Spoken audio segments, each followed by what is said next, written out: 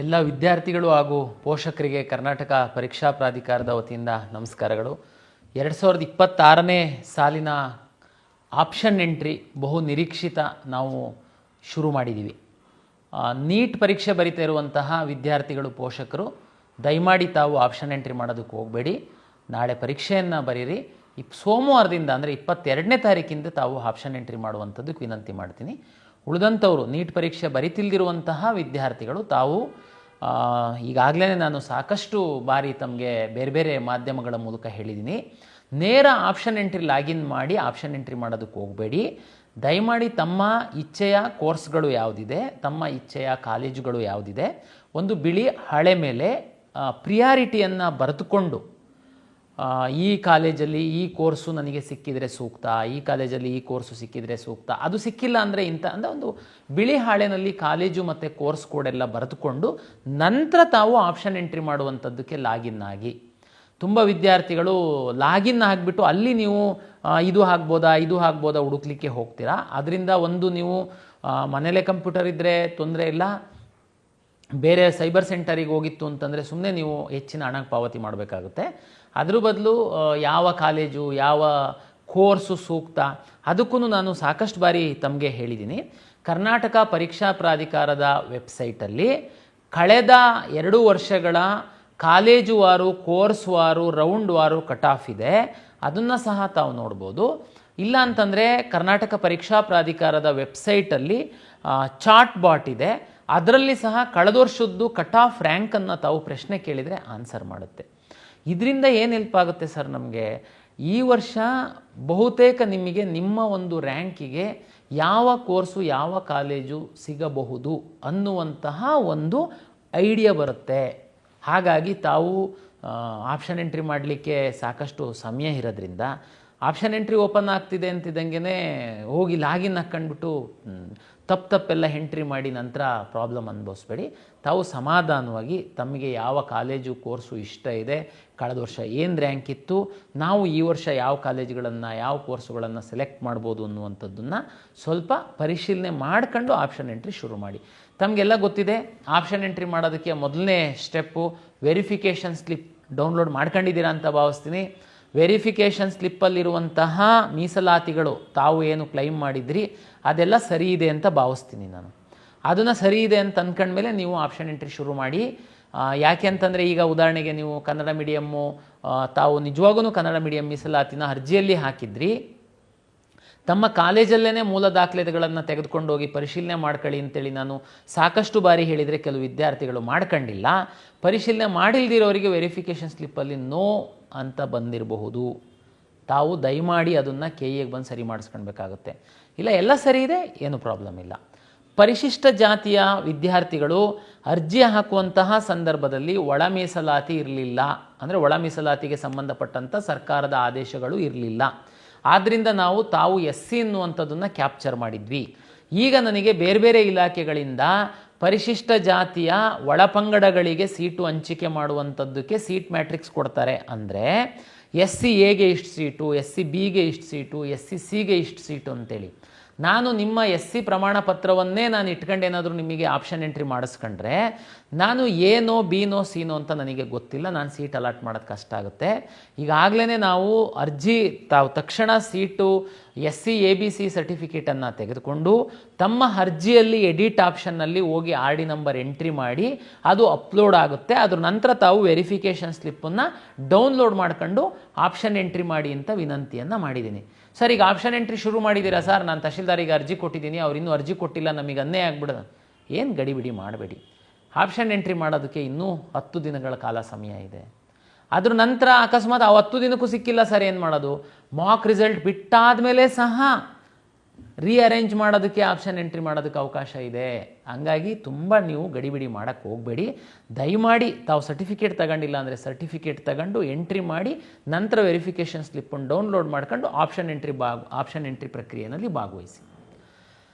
ಈ ವರ್ಷದಲ್ಲಿ ನೀಟು ಮರುಪರೀಕ್ಷೆ ಘೋಷಣೆ ಆದ ಹಿನ್ನೆಲೆಯಲ್ಲಿ ಎಲ್ಲ ಖಾಸಗಿ ಇಂಜಿನಿಯರಿಂಗ್ ಕಾಲೇಜಿನ ಒಂದು ಆಡಳಿತ ಮಂಡಳಿಗಳು ಮಾನ್ಯ ಸಚಿವರ ಅಧ್ಯಕ್ಷತೆಯಲ್ಲಿ ಸಭೆ ಮಾಡಿ ನೀವು ನೀಟನ್ನು ಹೊರತುಪಡಿಸಿ ಕೌನ್ಸಿಲಿಂಗ್ ಮಾಡಬೇಕು ಅಂತ ಒಂದು ತೀರ್ಮಾನ ಮಾಡಿದ್ವಿ. ಪ್ರೀ ರೌಂಡ್ ಅಂತ ಮಾಡಬೇಕು ಅಂದರೆ ನಾವು ನೀಟಿಗೆ ಮ್ಯಾಚ್ ಮಾಡುವಂಥದ್ದಕ್ಕೆ ನಮಗೆ ಸಾಕಷ್ಟು ಸಮಯ ಇರೋದ್ರಿಂದ ಪ್ರೀ ರೌಂಡ್ ಮಾಡಿ 100% ಇಷ್ಟ ಆದಂಥವರಿಗೆ ಕಾಲೇಜ್ ಕಳಿಸ್ಬೇಕು ಅಂತ ಒಂದು ತೀರ್ಮಾನ ಮಾಡಿದ್ವಿ. ಒಂದು 20-25 ದಿವಸದ ಹಿಂದಿನ ತೀರ್ಮಾನ ಅದು. ಅದ್ರ ನಂತರ ಸಾಕಷ್ಟು ಮಾಧ್ಯಮಗಳಲ್ಲಿ ನಾವು ಹೇಳಿದ್ವಿ ಪ್ರೀ ರೌಂಡ್ ಅಂದ್ರೇನು, ಏನು ಮಾಡ್ತೀವಿ ಅಂತ.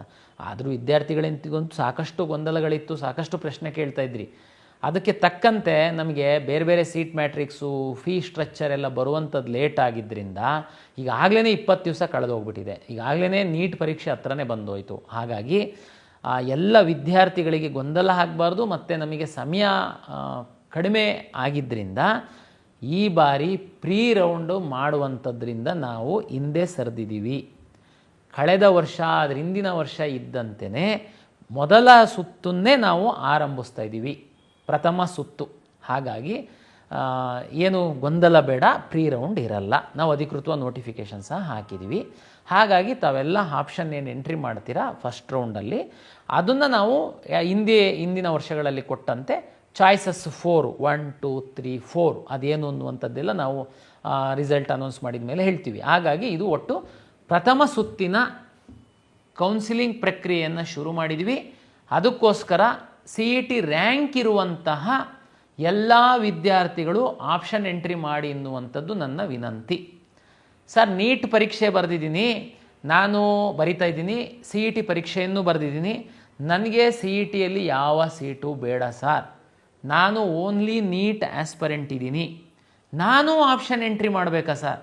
ನಿಮ್ಮಿಷ್ಟ ಸರ್. ನೀಟ್ ಪರೀಕ್ಷೆ ಬರಿತಾ ಇದ್ದೀನಿ, CET ನೀಟ್ ಪರೀಕ್ಷೆ ಬರೆದು ಅಲ್ಲಿ ಪಾರ್ಟಿಸಿಪೇಟ್ ಮಾಡಿ ನನಗೇನಾದರೂ ಮೆಡಿಕಲ್ ಸೀಟ್ ಸಿಕ್ಕಿಲ್ಲ ಅಂತಂದರೆ ನಾನು ಇಂಜಿನಿಯರಿಂಗೋ ವೆಟರ್ನರಿನೋ ಅಗ್ರಿಕಲ್ಚರೋ ಹೋಗೋನಿದ್ದೀನಿ ಸರ್, ನೀವು ಪಾರ್ಟಿಸಿಪೇಟ್ ಮಾಡಬೇಕು, ದಯಮಾಡಿ ಪಾರ್ಟಿಸಿಪೇಟ್ ಮಾಡಿ, ಭಾಳ ಇಂಪಾರ್ಟೆಂಟು.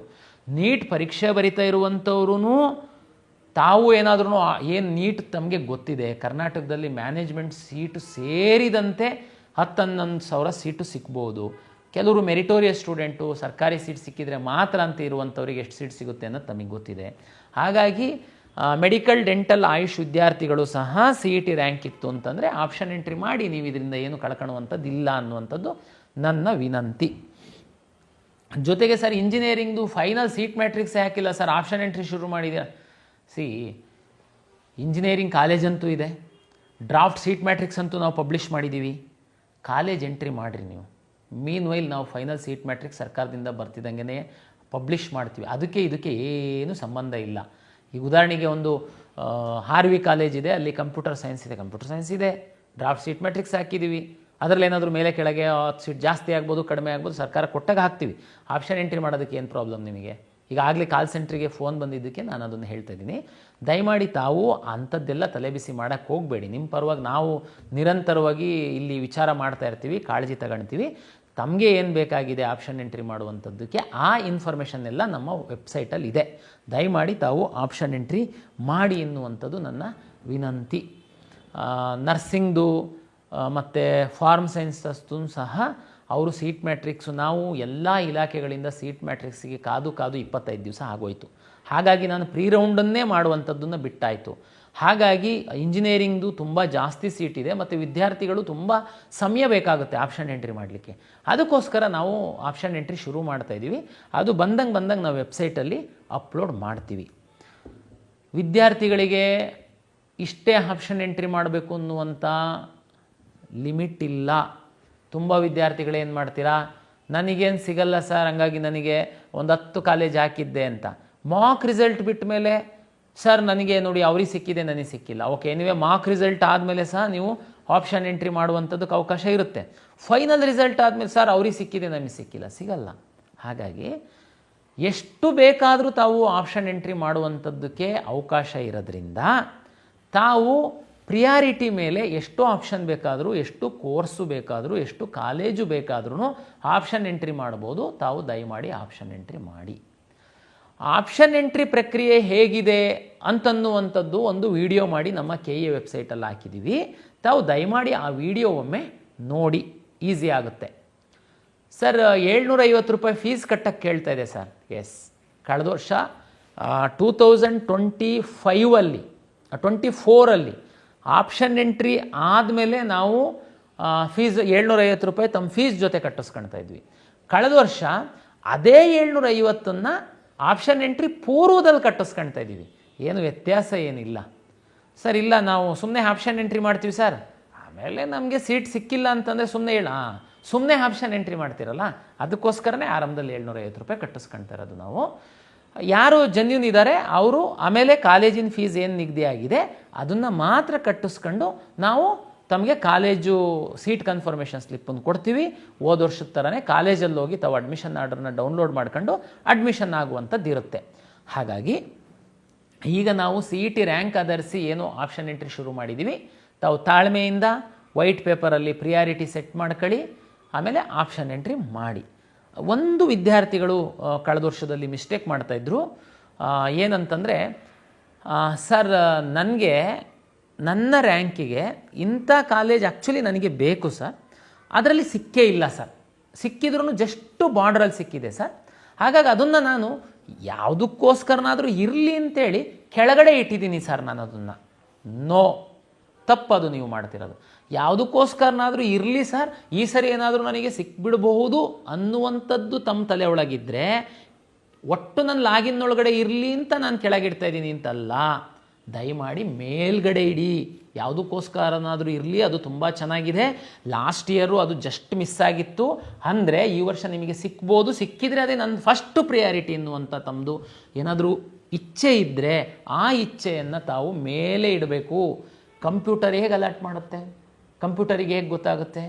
ನಿಮ್ಮದು ಆಪ್ಷನ್ 1 ಅಂದರೆ ನಿಮಗೆ ತುಂಬ ಇಷ್ಟ ಇದೆ, ಅದನ್ನು ಈ ರ್ಯಾಂಕಿಗೆ ಆಗುತ್ತಾ ನೋಡೋಣ ಅಂತ. ಆಪ್ಷನ್ 2 ಅದು ಸಿಕ್ಕಿಲ್ಲ ಅಂದರೆ ಈ ಮಗುಗೆ ಆಪ್ಷನ್ 2 ಇಷ್ಟ ಇದೆ, ಅದನ್ನು ನಾನು ನೋಡಬೇಕು. ಅದು ಇಲ್ಲ ಅಂದರೆ ಆಪ್ಷನ್ 3. ಆ ರೀತಿ ಕಂಪ್ಯೂಟರ್ ನೋಡ್ತಾ ಬರುತ್ತೆ. ನಿಮ್ಮ ರ್ಯಾಂಕು, ನಿಮ್ಮ ಮೀಸಲಾತಿ, ನಿಮ್ಮ ಆಪ್ಷನ್ಸು ಇದನ್ನು ಮ್ಯಾಚ್ ಮಾಡಿ ಕಂಪ್ಯೂಟರ್ ಅಲಾಟ್ ಮಾಡುವಂಥದ್ದು. ಹಾಗಾಗಿ ನಿಮ್ಮ ಆಯ್ಕೆ ಯಾವಾಗಲೂ ಮೇಲಿಂದ ಇರಬೇಕೇ ಹೊರತು ಮೇಲಿಂದ ಒಂದಷ್ಟಿಟ್ಟು ತುಂಬ ಚೆನ್ನಾಗಿರೋದನ್ನು ಕೆಳಗಡೆ ಇಟ್ಟರೆ ಕಂಪ್ಯೂಟರ್ ಕನ್ಸಿಡರೇ ಮಾಡಲ್ಲ. ಹಾಗಾಗಿ ಮೇಲಿಂದ ಆಪ್ಷನ್ ಎಂಟ್ರಿ ಮಾಡಿ. ತಮಗೆ ತುಂಬ ಗಡಿಬಿಡಿ ಮಾಡಿ ಟೆನ್ಷನ್ ಮಾಡುವಂಥ ಅಗತ್ಯ ಇಲ್ಲ. ತಾವು ಸಮಾಧಾನವಾಗಿ ವೈಟ್ ಪೇಪರ್ ಮೇಲೆ ಬರ್ಕೊಂಡು ತಂದೆ ತಾಯಿ ಜೊತೆ ಚರ್ಚೆ ಮಾಡಿ ಆರಾಮಾಗಿ ಆಪ್ಷನ್ ಎಂಟ್ರಿ ಮಾಡಿ. ಇಂಜಿನಿಯರಿಂಗ್ ವಿದ್ಯಾರ್ಥಿಗಳಿಗೆ ಅಂತೂ 75,000ಕ್ಕಿಂತ ಹೆಚ್ಚು ಸೀಟು KEAಯಿಂದ ಅಲಾಟ್ ಆಗುತ್ತೆ. ದಯಮಾಡಿ ಅರ್ಥ ಮಾಡ್ಕೊಳ್ಳಿ. ಅದರಲ್ಲಿ 17 ಸರ್ಕಾರಿ ಇಂಜಿನಿಯರಿಂಗ್ ಕಾಲೇಜುಗಳಲ್ಲಿ ಕೋರ್ ಬ್ರಾಂಚಸ್ಸಿಗೆ ಸರ್ಕಾರ 50% ವಿನಾಯಿತಿ ಕೊಟ್ಟಿದೆ. ಅಂದರೆ ಜಸ್ಟು 24-25 ಸಾವಿರ ಆಗುತ್ತೆ ಕೋರ್ ಬ್ರಾಂಚಸ್ಸಿಗೆ. ಇಮ್ಯಾಜಿನ್ ಮಾಡಿ. ಇವತ್ತು ಯಾವ ಖಾಸಗಿ LKGಯಲ್ಲಿ ಸಹ ಅಷ್ಟು ಫೀಸ್ ಇಲ್ಲ. ಹಾಗಾಗಿ ನೀವು ಗಡಿಬಿಡಿನಲ್ಲಿ ಎಲ್ಲೆಲ್ಲಿಂದನೋ 3ನೇ ವ್ಯಕ್ತಿಗಳಿಂದ ಫೋನ್ ಬಂತು ಅಂತೇಳಿ ಹೋಗಿ ಗಡಿಬಿಡಿನಲ್ಲಿ ಅಡ್ಮಿಷನ್ ಆಗೋದಕ್ಕಿಂತ ತಾವು ದಯಮಾಡಿ ನಮ್ಮ KEA ಮುಖಾಂತರ ಸಹ 45% ಸೀಟ್ ಅಲಾಟ್ ಮಾಡ್ತೀವಿ. ದಯಮಾಡಿ ಕೌನ್ಸಿಲಿಂಗಲ್ಲಿ ತಾವು ಭಾಗವಹಿಸಿ ತಮ್ಮ ಅದೃಷ್ಟವನ್ನು ಪರಿಶೀಲನೆ ಮಾಡಿಕೊಳ್ಳಿ. ಬರೀ ನಾನು ಇಂಜಿನಿಯರಿಂಗ್ ಹೇಳಿದೆ, ಅದಲ್ಲದೆ ನಿಮಗೆ nursing, allied health sciences, pharm sciences ಸಾಕಷ್ಟಿದ್ದಾವೆ.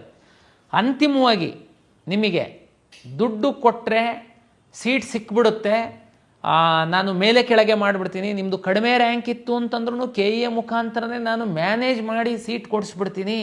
ನಂಬಕ್ಕೆ ಹೋಗಬೇಡಿ, ಸಾಧ್ಯ ಇಲ್ಲ. ನೀವು ಇಂಜಿನಿಯರಿಂಗಲ್ಲಿ, ನರ್ಸಿಂಗಲ್ಲಿ ಮ್ಯಾನೇಜ್ಮೆಂಟ್ ಸೀಟು, ಅಲೈಡ್ ಹೆಲ್ತ್ ಸೈನ್ಸಸ್ಸಲ್ಲೆಲ್ಲ ಹೋಗಿ ಮ್ಯಾನೇಜ್ಮೆಂಟ್ ಸೀಟ್ ಸಿಗುತ್ತೆ. 25% ಅಷ್ಟು ಅವರು ಮ್ಯಾನೇಜ್ಮೆಂಟಿಗೆ ಸರ್ಕಾರ ಬಿಟ್ಟುಕೊಟ್ಟಿದೆ. ಅಲ್ಲಿ ತಾವು ಹೋಗಿ ಅಡ್ಮಿಷನ್ ಆಗಿ. ಉದಾಹರಣೆಗೆ ಮೆಡಿಕಲ್ಲು, ನಾನು ಇವತ್ತು ಮಾಧ್ಯಮದಲ್ಲಿ ನೋಡ್ತಾ ಇದ್ದೆ, ಮೆಡಿಕಲ್ ಡೆಂಟಲ್ಲಿಗೆ ಆಗಲೇ ಮಧ್ಯವರ್ತಿಗಳು ತಮ್ಮ ಸಕ್ರಿಯರಾಗ್ಬಿಟ್ಟಿದ್ದಾರೆ ಈಗಾಗಲೇ. ಆಮೇಲೆ ಇಂಜಿನಿಯರಿಂಗಲ್ಲೂ ಹೇಳ್ತಾ ಇದ್ರು ನನಗೆ ಇಲ್ಲ ಕನೆಕ್ಷನ್ ಇದೆ, ನಿಮಗೆ ಕೌನ್ಸಿಲಿಂಗ್ ಮುಖಾಂತರನೇ ನಾನು ನಿಮಗೆ ಒಳ್ಳೆ ಸೀಟ್ ಕೊಡಿ. ಸಾಧ್ಯ ಇಲ್ಲ. ಪೂರ್ತಿ ಟ್ರಾನ್ಸ್ಪರೆಂಟ್ ಇದೆ, ಪಾರದರ್ಶಕತೆ ಇದೆ. KEAದು ಪ್ರತಿ ಹಂತದಲ್ಲಿ ನಿಮಗೆ ಪಬ್ಲಿಷ್ ಮಾಡ್ತೀವಿ, ರಿಸಲ್ಟನ್ನು, ಕಟ್ ಆಫನ್ನು ಪಬ್ಲಿಷ್ ಮಾಡ್ತೀವಿ. ಮ್ಯಾನ್ಯುಪ್ಲೇಟ್ ಮಾಡೋದಕ್ಕೆ ಸಾಧ್ಯ ಇಲ್ಲ. ಅನ್ಯ ದಾರಿಗಳಿಂದ ನಿಮಗೆ ಸೀಟು ಹಂಚಿಕೆ ಮಾಡೋದಕ್ಕೆ ಅವಕಾಶಗಳಿಲ್ಲ. ಮೆಡಿಕಲ್, ಡೆಂಟಲ್, ಆಯುಷು ದಯಮಾಡಿ ನಿಮ್ಮ ತಂದೆ, ನಿಮ್ಮ ಅಜ್ಜ, ನಿಮ್ಮ ಮುತ್ತಾತ, ನಿಮ್ಮ ತಾಯಿ ಯಾರಾದರೂ ನಿಮ್ಮ ಮಗುಗೆ ಸೀಟ್ ಕೊಡ್ತೀವಿ ನಾವು ಅಂತಂದರೆ ನಂಬಕ್ಕೆ ಹೋಗಬೇಡಿ, ಸಾಧ್ಯ ಇಲ್ಲ. ನೀಟ್ ರ್ಯಾಂಕ್ ಆಧರಿಸಿ KEA ಮುಖಾಂತರನೇ ಸೀಟ್ ಅಲಾಟ್ ಆಗುವಂಥದ್ದು ಮುಂದಿನ ದಿನಗಳಲ್ಲಿ. ಈವನ್ ಮ್ಯಾನೇಜ್ಮೆಂಟ್ ಸೀಟ್ ಸಹ ನೀವು ಡೈರೆಕ್ಟ್ ಕಾಲೇಜಲ್ಲಿ ಅಡ್ಮಿಷನ್ ಇಲ್ಲ. ಇಂಜಿನಿಯರಿಂಗು ಉಳಿದಂಥ ಕೋರ್ಸ್ಗಳಿಗೆ ಮ್ಯಾನೇಜ್ಮೆಂಟ್ ಅಂತೇಳಿ ಸೀಟ್ ಇದೆ, ಹೋಗಿ ಅಡ್ಮಿಷನ್ ಆಗ್ತಾರೆ. ಉದಾಹರಣೆಗೆ ಅಗ್ರಿಕಲ್ಚರು, ವೆಟರ್ನರಿ ಸರ್ಕಾರಿ ಕಾಲೇಜುಗಳಲ್ಲಿ ಇಲ್ಲ. ಅಗ್ರಿಕಲ್ಚರಲ್ಲಿ ಕೆಲವು ಪ್ರೈವೇಟ್ ಕಾಲೇಜಸ್ ಇದೆ, ತಾವು ನೋಡ್ಕೊಳ್ಬೋದು, ಅಲ್ಲಿ ಮ್ಯಾನೇಜ್ಮೆಂಟ್ ಇದೆ. ಬಟ್ ಸರ್ಕಾರಿ ಕಾಲೇಜುಗಳಲ್ಲಿ ಫಾರ್ಮ್ ಸೈನ್ಸು, ವೆಟರ್ನರಿನಲ್ಲಿ ಸಹ ಡೈರೆಕ್ಟ್ ಅಡ್ಮಿಷನ್ಸ್ ಇರಲ್ಲ, KE ಮುಖಾಂತರ ಇರುತ್ತೆ. 45% ಇಂಜಿನಿಯರಿಂಗ್ ಸೀಟ್ಗಳು ಸಹ ನಮ್ಮ ಮುಖಾಂತರ ಅಲಾಟ್ ಆಗುತ್ತೆ. ಮೆಡಿಕಲ್, ಡೆಂಟಲ್, ಆಯುಷು 100% ಸೀಟು ನಮ್ಮ ಮುಖಾಂತರ ಅಲಾಟ್ ಆಗುತ್ತೆ. ಹಾಗಾಗಿ ವಿದ್ಯಾರ್ಥಿಗಳು ಯಾರಾದರೂ ನಿಮಗೆ ಏನಾದರೂ ಮಾಡಿಕೊಡ್ತೀವಿ ಅನ್ಯ ಮಾರ್ಗದಿಂದ ಅಂತಂದರೆ ತಕ್ಷಣ ತಾವು ಪೊಲೀಸ್ ಕಂಪ್ಲೇಂಟ್ ಕೊಡಬಹುದು, ಇಲ್ಲ ನಮಗೆ ಬೇಕಾದರೂ ದೂರು ಕೊಡ್ಬೋದು. ನೀವು ಸಹ ನಂಬೋದು ಅದು ಸಂಪೂರ್ಣ ಸುಳ್ಳು. ವಿದ್ಯಾರ್ಥಿಗಳಿಗೆ ಬಹುತೇಕ ಫಸ್ಟ್ ರೌಂಡಿನ ಆಪ್ಷನ್ ಎಂಟ್ರಿ ಬಗ್ಗೆ ಸಂಕ್ಷಿಪ್ತವಾಗಿ ನಾನು ಮಾಹಿತಿ ಕೊಟ್ಟಿದ್ದೀನಿ. ತಾವು ಇನ್ನೂ ವಿವರವಾಗಿ ಅಂದರೆ ಯಾವ ರೀತಿ ಅಲರ್ಟ್ ಆಗುತ್ತೆ, ಯಾವ್ಯಾವುದಕ್ಕೆ ಪ್ರಕ್ರಿಯೆಗಳು ಹೇಗಿರುತ್ತೆ, ಅದೆಲ್ಲದೂ ನಾವು ಕೌನ್ಸಿಲಿಂಗ್ಗೆ ಸಂಬಂಧಪಟ್ಟಂತೆ 2026 ನಾವೊಂದು ಬ್ರೋಷರ್ನ ವೆಬ್ಸೈಟಲ್ಲಿ ಅಪ್ಲೋಡ್ ಮಾಡಿದ್ದೀವಿ. ದಯಮಾಡಿ ಪ್ರಿಂಟ್ ತಗೊಂಡು ತಾವು ಫ್ರೀ ಇದ್ದಂಥ ಸಂದರ್ಭದಲ್ಲಿ ಒಮ್ಮೆ ಅದನ್ನು ಓದಬೇಕು ಅಂತ ವಿದ್ಯಾರ್ಥಿಗಳಿಗೆ ವಿನಂತಿಯನ್ನು ನಾನು ಮಾಡಿಕೊಳ್ತೀನಿ. ಮುಂದಿನ ದಿನಗಳಲ್ಲಿ ಏನಾದರೂ ಕರ್ನಾಟಕ ಪರೀಕ್ಷಾ ಪ್ರಾಧಿಕಾರದಿಂದ ಯಾವುದಾದ್ರೂ ಅಪ್ಡೇಟ್ಸ್ ಇತ್ತು ಅಂತಂದರೆ ನಾವು ನಮ್ಮ ಎಕ್ಸ್ ಖಾತೆಯಲ್ಲಿ ಸಹ ತಿಳಿಸ್ತೀವಿ, ಮತ್ತು ವಿಕಸನ ಯೂಟ್ಯೂಬ್ ಚಾನಲಲ್ಲಿ ಸಹ ನಾವು ಮಾಹಿತಿಯನ್ನು ತಮಗೆ ವಿಡಿಯೋ ಮೂಲಕ ಹಂಚ್ಕೊಳ್ತೀವಿ. ಟೈಮ್ ಟೇಬಲನ್ನು ನಾವು ಈಗಾಗಲೇ ನಮ್ಮ ವೆಬ್ಸೈಟಲ್ಲಿ ಪಬ್ಲಿಷ್ ಮಾಡಿದ್ದೀವಿ. ತಾವು ಒಮ್ಮೆ ಟೈಮ್ ಟೇಬಲ್ ನೋಡಿ, ಕೊನೆಯ ದಿವಸದ ತನಕ ಕಾದು ಕೊನೆಯ ದಿವಸ ಬಂದು ನಮಗೆ ಎಕ್ಸ್ಟೆಂಡ್ ಮಾಡಿ ಅಂತ ಕೇಳಕ್ಕೆ ಹೋಗಬೇಡಿ. ಸಮಯ ಸಾಕಷ್ಟು ಇದೆ. ತಾವು ವೈಟ್ ಪೇಪರಲ್ಲಿ ಪಟ್ಟಿ ಮಾಡ್ಕೊಂಡು ಫ್ರೀ ಇರುವಂತಹ ಸಮಯದಲ್ಲಿ ತಾವು ಆಪ್ಷನ್ ಎಂಟ್ರಿ ಮಾಡಿ. ಆಪ್ಷನ್ ಎಂಟ್ರಿ ಮಾರ್ಕ್ ರಿಸಲ್ಟ್ ಆದಮೇಲೆ ಸಹ ತಾವು ಯಾವುದಾದ್ರೂ ಕಾಲೇಜ್ಗಳು ಬಿಟ್ಟೋಗಿದ್ರೆ ಹಾಕುವಂಥದ್ದಕ್ಕೆ ಅವಕಾಶ ಇರುತ್ತೆ. ಒಂದು ವೇಳೆ ನಮ್ಮ ಲಾಸ್ಟ್ ಡೇಟ್ ಆಗ್ತಿದ್ದಂಗೆ ತುಂಬ ಟೆನ್ಷನ್ ಮಾಡ್ಕೊಳ್ಳೋ ಅಗತ್ಯ ಇಲ್ಲ. ತಾವು ಮಾರ್ಕ್ ರಿಸಲ್ಟ್ ನೋಡಿ, ನಿಮ್ಮ ಸ್ನೇಹಿತರಿಗೆ ನಿಮ್ಗಿಂತ ಕಡಿಮೆ ರ್ಯಾಂಕ್ ಇದ್ರೂ ಒಳ್ಳೆಯ ಕಾಲೇಜ್ ಸಿಕ್ಕಿದೆ ಅಂತಂದರೆ ನೀವು ಆ ಕಾಲೇಜ್ ಹಾಕ್ತೇ ಇದ್ದಿರ್ಬೋದು. ಹಾಗಾಗಿ ತಾವು ಅದನ್ನು ಹಾಕ್ಕೊಳ್ಬೋದು. ಹಾಗಾಗಿ ಏನು ಚಿಂತೆ ಮಾಡೋ ಅಗತ್ಯ ಇರಲ್ಲ. ಎಲ್ಲರಿಗೂ ಒಳ್ಳೆಯದಾಗಲಿ. ಸಮಾಧಾನದಿಂದ ತಾವು ಆಪ್ಷನ್ ಎಂಟ್ರಿ ಮಾಡಿ. ಆಮೇಲೆ ಕೆಲವೊಮ್ಮೆ ನಾವು ಗೊತ್ತು ತಮಗೆ, ನಾವು ಕ್ಲೌಡಲ್ಲಿ ಎಲ್ಲೋ ಹೋಸ್ಟ್ ಮಾಡಿ ಪ್ರೈವೇಟ್ ವೆಬ್ಸೈಟ್ಗಳು ಆ ರೀತಿ ಆಗಲ್ಲ. ಬೇರೆ ಬೇರೆ ಸೆಕ್ಯೂರಿಟಿ ಪರ್ಪಸ್ಸಿಗೋಸ್ಕರ ನಾವು ಸ್ಟೇಟ್ ಡಾಟಾ ಸೆಂಟರಲ್ಲೇ ಹೋಸ್ಟ್ ಮಾಡಿರ್ತೀವಿ. ಕೆಲವೊಮ್ಮೆ ಸಣ್ಣ ಪುಟ್ಟ ತಾಂತ್ರಿಕ ಸಮಸ್ಯೆಗಳು ಆಗ್ಬೋದು. ತಾವು ಪ್ಯಾನಿಕ್ ಆಗಿ ಗಡಿಬಿಡಿ ಮಾಡುವಂಥ ಅಗತ್ಯ ಇಲ್ಲ. ಅದಕ್ಕೆ ಪೂರಕವಾಗಿ ನಾವು ನಿರಂತರವಾಗಿ ಮಾನಿಟ್ರ್ ಮಾಡ್ತಿರ್ತೀವಿ. ಹಾಗಾಗಿ ಯಾವುದೇ ಅಷ್ಟೊಂದು ಸಮಸ್ಯೆ ಆಗದಿಲ್ದಿರೋ ಥರ ವಿದ್ಯಾರ್ಥಿಗಳ ಹಿತದೃಷ್ಟಿಯಿಂದ ಎಲ್ಲ ವ್ಯವಸ್ಥೆಯನ್ನು ನಾವು ಮಾಡಿಕೊಳ್ತೀವಿ ಅಂತೇಳಿ ಹೇಳ್ತಾ, ಎಲ್ಲರಿಗೂ ಮತ್ತೊಮ್ಮೆ ಶುಭವನ್ನು ಕೋರ್ತಾ, ತಾವು ಒಳ್ಳೆಯ ಕಾಲೇಜಲ್ಲಿ ಒಳ್ಳೆಯ ರೀತಿ ಸೀಟನ್ನು ತಮ್ಮ ರ್ಯಾಂಕಿಗೆ ಪೂರಕವಾಗಿ ಸಿಕ್ಕಲಿ ಅಂತೇಳಿ ತಮಗೆ ತಿಳಿಸ್ತೀನಿ. ಮತ್ತೊಮ್ಮೆ ಪ್ರಾಧಿಕಾರದ ವತಿಯಿಂದ ತಮ್ಮೆಲ್ಲರಿಗೂ ನಮಸ್ಕಾರಗಳು.